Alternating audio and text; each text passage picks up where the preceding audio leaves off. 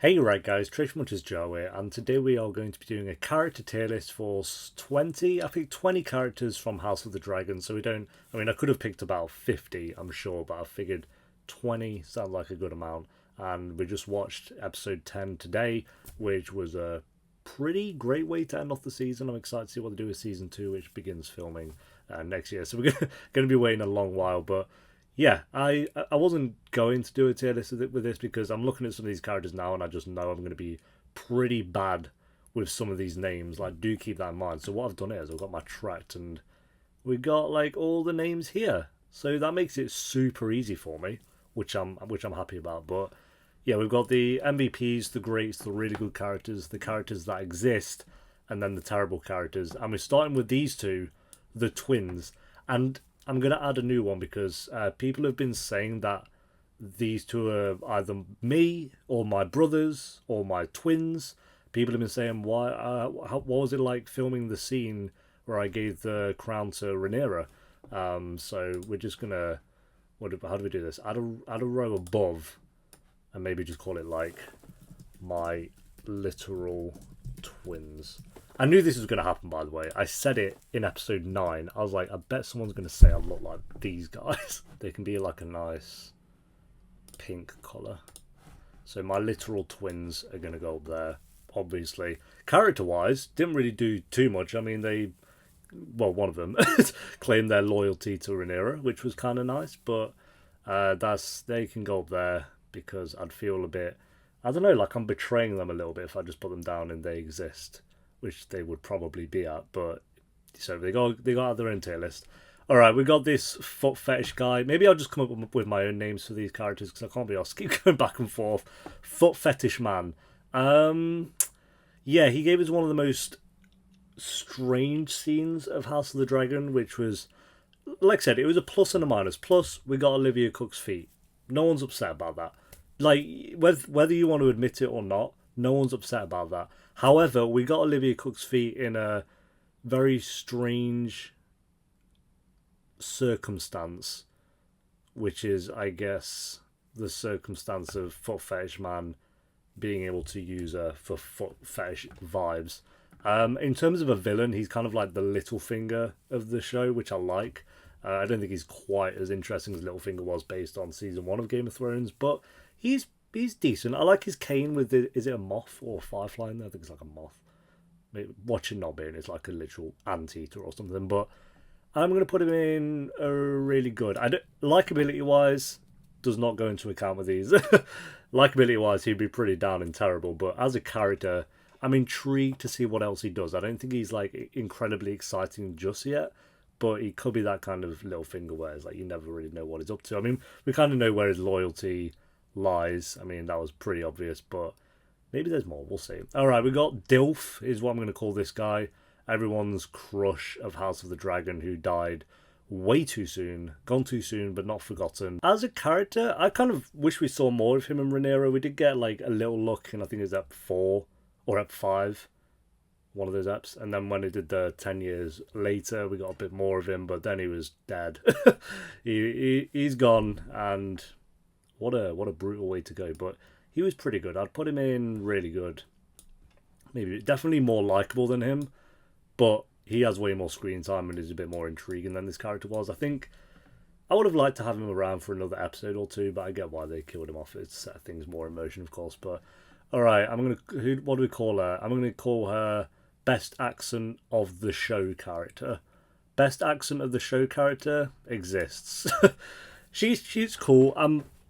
I don't know if we didn't get much of her. She kind of, what was it, in episode 1 or 2 she was in it, and then she disappeared for a bit and came back with some more information on where the soon to be king Aemond was, but Aegon was, and then disappeared again in the last episode. So I'm assuming she'll be in season 2. She's kind of like got all the little people working for her, and all the whispers and all that stuff can help this guy out when she needs to. So she's probably going to be one of these characters who's of more use in later seasons. But as of right now, had a good accent, knew where Aegon was, sure, and then bimbled around.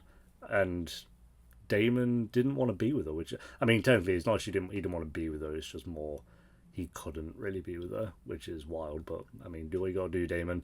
Yeah, she exists. Right, we're gonna save him. We're gonna save Aemond, of course. Was this Luke? Luke, I think. Luke and no, was this one Luke? Ah, no, it's Jason Luke. This one, Luke's Lucerys. Not kind. It's Luke's for short. We'll go with Luke. We'll go with Son Who Died, Son Who Survived. That's what we'll call them. Son Who Survived. He's pretty good. I'd say he's really good. Maybe above. Maybe there. We did. He was kind of shoved into the. We got like later on in the season, and then even then changed actors about 3 or 4 times. So it's hard to connect with some of the characters where they're changing actors every 5 seconds. But he has potential. I see potential with his characters for sure going into season 2. He's pretty likable. I won't say there's anything about him that I didn't like. He just didn't really have much screen time in the grand scheme of things. And then kid number 2 who died and did not survive. I'd put him really good as well. Pretty likable. Maybe more likable than him. And rip. That was kind of a brutal way to go. Imagine the last thing you see is a dragon of that size just munching you. Like, you're done. Like, I guess he would have felt no pain. So there's like an upside. He would have been gone pretty much straight away. Like, his skull would have been crushed. But yeah, that's brutal. That's brutal. I can't wait for the scene in season 2 where Aemon's gonna have to tell Alicent about that. It's like, oops. Have fun. All right. Well, do we save Aegon? We'll get Aegon out of the way. I don't think he's he's a major character in the show, of course, but in terms of screen time, I don't think we did get quite a bit of him actually. But again, he's one of these actors that changed actors, I think, twice in the show. Very unlikable, very annoying, and a rapist, so that doesn't help his case either. As a character, he's okay. He's king, so he has that going for him. I don't think he's super interesting just yet, so I'm going to put him in. Honestly, They Exist. Maybe there. I feel like he's clearly a villain, but I don't know. He doesn't want to be king, so he has that kind of little trait going for him, I guess. I don't know. I don't think he's like super interesting just yet. There is potential there. I think he was actually more interesting when he was the other version of Aegon. When he kind of had the actor change, I think he became a little less interesting. But we'll see. Again, very short amount of time with his new actor. And again, this is nothing on the actors or actors. They're all incredible. It's just as a character. Yeah, I think compared to some of the others, nowhere near as interesting. Maybe I'll put him in really good. Like maybe at the bottom of there. Yeah. Because he does have some like scenes where, again, very unlikable, but he does have some scenes where he at least captivates the scene himself. So we'll put him there. All right, we got strange sibling. What was her name? No, not Rhaenyra. What was her name? Like, did it start with a D? Helena. No, not starting with a D then at all. But Helena, she seems fun. I guess she seems a bit, I don't know, out of it. A bit zoned out at times for sure. But hey, she's living a life. She's just trying to make friends, trying to live a life, and she's probably going to be the one to die at some point because all the good people die in the show, of course. So she survived season 1 though, so fair play to Helena for that. I'll put her in They Exist. Honestly, maybe there. Likeable. I think she's pretty likeable, but we'd got like maybe 3 actual scenes with the character. It wasn't much, so yeah, we'll put it there. Man who was meant to die and did not die, because correct me if I'm wrong, but in the book he died. Laenor. I know I've got that right. Yes, Laenor. I still wanted to check because actually it's Lenore. Whatever, bro. Man who survived was meant to die. I'm gonna put him, I think, really good. Maybe at the top. I don't think he's quite great. I don't know. Will we ever see him again? Like, that could like be the last we see of him, was him just kind of sailing away. I guess because if he was meant to die in the book, then technically there's nothing else for his story anyway, so there'd be no real point of bringing him back. So he's just off to live his best romantic life, and that's fine with me. If we don't see him again, I won't be too upset about it. But yeah, I don't think he's quite great material, but he was really good. Pretty likable. Again, I think I actually preferred him when it was like this version of him. When he had the actor change, he just seemed a bit less. He was still likable, but I don't think as good. Damon's second wife, who he didn't try to murder himself, but did still end up dying. God, no one can have. How many of these actually died? Let's check. Died, died,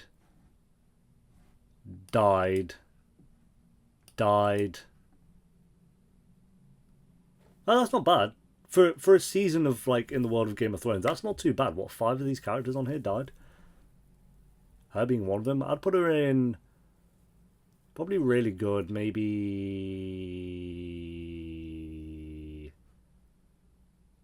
there. Very likable character. Didn't get much of her though. And her death was a good one. She went out like a boss. I respect that. Kind of was like, I'm going out my way. This is how it's done. Took down a floppy fetus with her. So, I mean, do what you got to do, I guess. But, yeah, unfortunate Daemon losing 2 wives. I mean, the first one, I don't think he's losing any sleep over because he did it himself. But these are kind of major characters, so we'll save these. Let's get this guy. What was it? He was like Sir Crustacean or something. Sir Harold. Not crustacean, but pretty close. Sir Harold, my guy from the Hobbit trilogy, and plenty of other things. He's one of those actors you see crop up just all the time. Very good actor, but yeah, he was kind of like my 20th pick. I was like, I've got to pick someone for 20 and we'll throw him in. He didn't have many lines, but I liked him, and he has big dick energy. That's for sure. Big dick energy because he was like, I'm not gonna go kill Rhaenyra. I'm not about that life. I'm gonna put him in really good. Maybe like there. I like him. I hope we get more of him in the second season. Maybe being loyal to Rhaenyra. I don't know though, because he didn't really come across like he was going to join Rhaenyra. It's just I'm not, being in the Kingsguard if this is what you're trying to make me do and stuff. So I respect that about him. It'd be nice if he went to join Rhaenyra, but maybe that'll be the last we see of him. I don't know. I hope we get more of him. He's pretty cool. Krispy Kreme. Krispy Kreme. I really liked Krispy Kreme in like the first, 3 episodes. I think everyone really liked this character. And then everyone's just hating on this guy, which is understandable. He's simping for Rhaenyra like 50 years later. There will be OAPs in wheelchairs and he'll still be there like, I might have a shot. It's embarrassing. He's like the Jorah of House of the Dragon. Apart from Jorah was still kind of loyal to Dany. Can't know if he was very loyal to Dany. Krispy Kreme, though, he's just being an absolute nuisance. But as a character, this is a hard one. I'd say likability-wise, he's like here. Then as a character, he's probably maybe up there. So let's put him in really good. Maybe there. Yeah. Got a lot of really good characters. I wouldn't say any of these are terrible, and I wouldn't say any are quite great. We're getting to the great ones. All right, Rhaenys. It would be really cool if Rhaenys just burst through the floor on her dragon. Yeah, sure. I'm going to say the first great character. I love Rhaenys. I think she's really likable. She's not a pushover. I like that she's kind of loyal to Dany. God, we're talking about Game of Thrones now, but kind of loyal to Rhaenyra, but then a bit hesitant as well. And then I like the little look she kept giving Rhaenyra in the finale as well, like of appreciation. Like, oh yeah, all these guys want to go to war, but Rhaenyra's kind of staying, keeping them at bay. And then when Rhaenyra was telling them all to leave the room, and Rhaenys was like, "Fuck yeah, that's my queen. Let's go." So yeah, I think she's super cool. I hope we get. Well, I'm assuming we'll get a lot more of her in season 2. Which I'm happy about. I feel like she will be a character that's going to die, though. I don't know. She has that written on her face. Going to die at some point. So, yeah, prediction-wise, who do you think is going to die? He's going to die. Rhaenyra's probably going to die. They're all going to die. Apart from probably Alicent or Otto. Watch Otto be the lone survivor. What's his name? Starts with J. Man with the best hair in the show is what I'm going to call him, but let's check anyway. Corlys, not Jawlys. Corlys. I didn't recognise him with his bald head here. Yeah, his hair suits him better here, I'll tell him that. He should keep that. Be like, can I take the wig home and just kind of maybe, that'd be cool. Yeah, best hair in the show, for sure. As a character, I'd say he's pretty likable. He does definitely have some moments where I'm like, ugh, but he stayed loyal at the end despite learning that Damon was the one that killed his brother, which, I mean, fairs. He's still sticking by his word, which is good. So I'm going to put him in really good, maybe towards the top. Like, he's better than his son. I'd put him there. Yeah. He kind of disappeared for like 3 eps in the middle, but I'm glad we got him back in the finale to kind of show who he appreciates. Right, we got the mains here. I'd say the big characters. Let's start with Otto. Motto, Brotto. I can't with this guy. Very good actor. Very Weasley though. Very Weasley. You never know what he's thinking. He's always got something planned, I'm sure. But maybe he's not as smart as I think he is. Because he did play the long game with his daughter Alison, which is mad. But he's kind of in a... Well, not kind of, he is in a very high position of power now. Which he was anyway, to be fair. But now with Alison being basically at the top, he can whisper some things to her, I'm sure, and get his way in certain situations. And he's kind of going against her in some way, like trying to find Aegon in episode 9 before she did. Very sly, very Weasley, like I say, but he is a very good character, so I'm going to put him in... Again, we're getting a lot of really good ones. Probably there. Likeability-wise, probably here. But as a character, he is great. You can't deny that. So, yeah, let's put him there. Let's get one in the greats or MVPs. Let's go with... let's go with Viserys MVP. Boom. Give Paddy that Emmy. I swear. Everyone's on board. Everyone agrees that he should get an Emmy nomination, if not a win. So we're gonna have to wait a long time to find out if that's the case, like literally next year. But that's fine. I'm patient. I can wait. If Paddy doesn't get an Emmy nomination, then I'm just probably never going to watch House of the Dragon because it's pointless. No, he'll get a nomination. But yeah, that, as I said in the finale reaction, my favourite scene of the entire first season of the show is Viserys kind of watching his family just get along, kind of like literally a minute, and them all dancing and the little smile he does. His whole performance in episode 8, which was my favourite episode, was incredible. Made me really... I love Viserys up to that point anyway, but I think that episode was what made me just, I don't know, fall in love with his character even more, and what really put him and solidified him in the MVP as well. I think George R.R. Martin, correct me if I'm wrong, basically told Paddy that his version of Viserys and his portrayal of Viserys was better than George R.R. Martin's writing of him, which I think's big moves. We like that. So yeah, Viserys MVP. Let's get Alison done. I'm going to put her in Olivia Cook, MVP. If we were doing actors/actresses, Olivia Cook, MVP. Let's get that out of the way. However, we're not doing actors and actresses. We're doing the characters. So I'd probably put her in... maybe the greats. She's not MVP. She's either the top of really good or the grace. I like that she's not just flat out evil like I thought she was going to be. I thought she was going to be kind of more like the Cersei, bit, a bit very evil and sly and snaky. But I think there's still a love she has for Rhaenyra, and it's not like she sent Aemond out there to kill kid number 2 who died over here. So Luke. So I like that there's still some humanity with her, which is good. But there are definitely some moments where she's pretty unlikable. But she's a really great character, so I'm going to put her there. I think that's fair. I think Rhaenys is way more likable, but Alison's a more interesting character. Maybe, actually. I don't know, because Rhaenys, she has that whole thing of like her, almost being queen and have that being robbed from her as well. She has that going for a character, which is great. But yeah, I'm happy with putting Alison in the greats for now.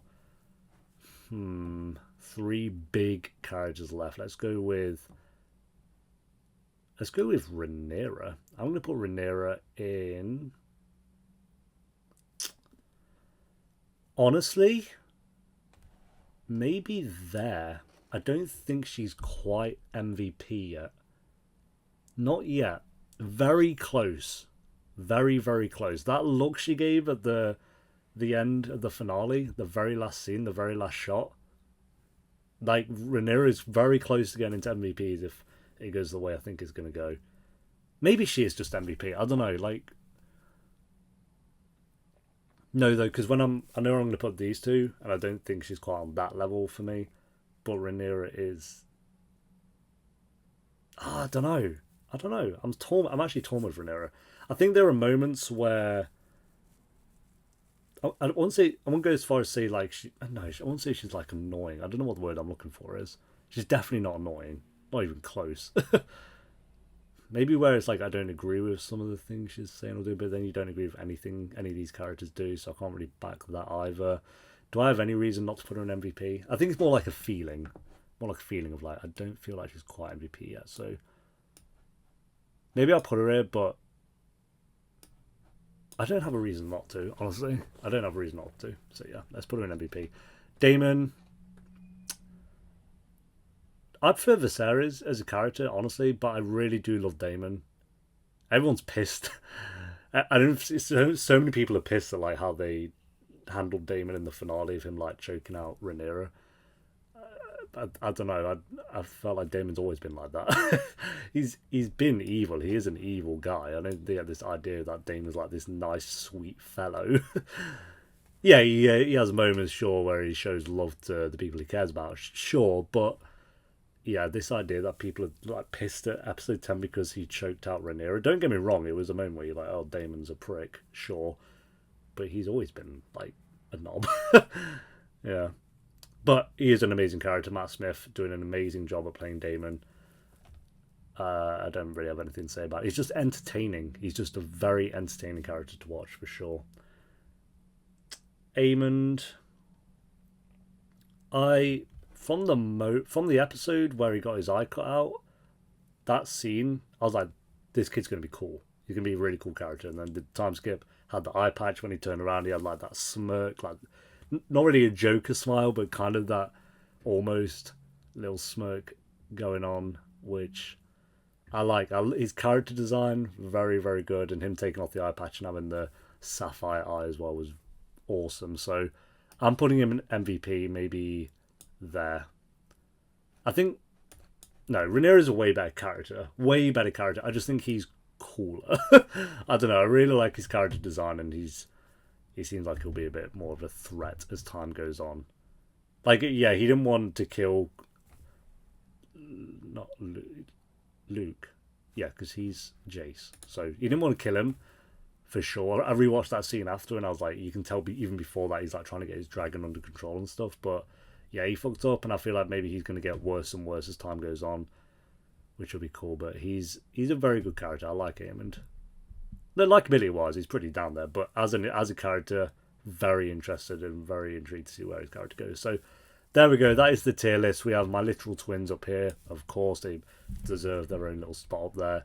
Then Viserys, I think it's more Paddy's performance that makes me love him so much, for sure. I guess you could say that about any of these, but episode 8, just my favourite episode of the show, and had my favourite scene of the show as well, was because of Viserys. Daemon, very entertaining throughout the entirety of it. Rhaenyra is just this badass that I can't wait to see what she does in season 2. Like that, again, that look she gave at the end of season 2, I'm buzzed. Aemond, just very intrigued again to see where his character goes, and his whole character design and vibe of him is just very creepy, and I really like it. And then we got Rhaenys badass. Alicent's just interesting. I won't say she's like nice, but it's Game of Thrones, obviously that's going to be the case. And then we just have like a lot of really good characters. I'd say all these are like pretty good. Not all of them super likable, but like Krispy Kreme over it, but he's still a really good character. And then these two, again, don't not like them. I just think they exist, and I don't really have much to say about these two. Yeah. Even without her accent, I wouldn't put her in terrible, because she just doesn't really do much to deserve being in terrible. None of them really do. So there we go. Keep in mind, this isn't to do with fully likability. That is a big part of it, but it is also to do with how interesting is the character. Otherwise, Otto would be down in terrible because he's just super unlikable. But again, he's a good character, as is Crispin. So yeah, there we go, guys. Thanks for watching. Leave a like if you enjoyed. Let me know what you thought of the season of House of the Dragon down below. Who would be on your MVP list? Who would be in your terrible list? I'd be intrigued to find out on that one. So let me know down below, and I'll see you in 2 years, which is great. Until then, take care. Peace.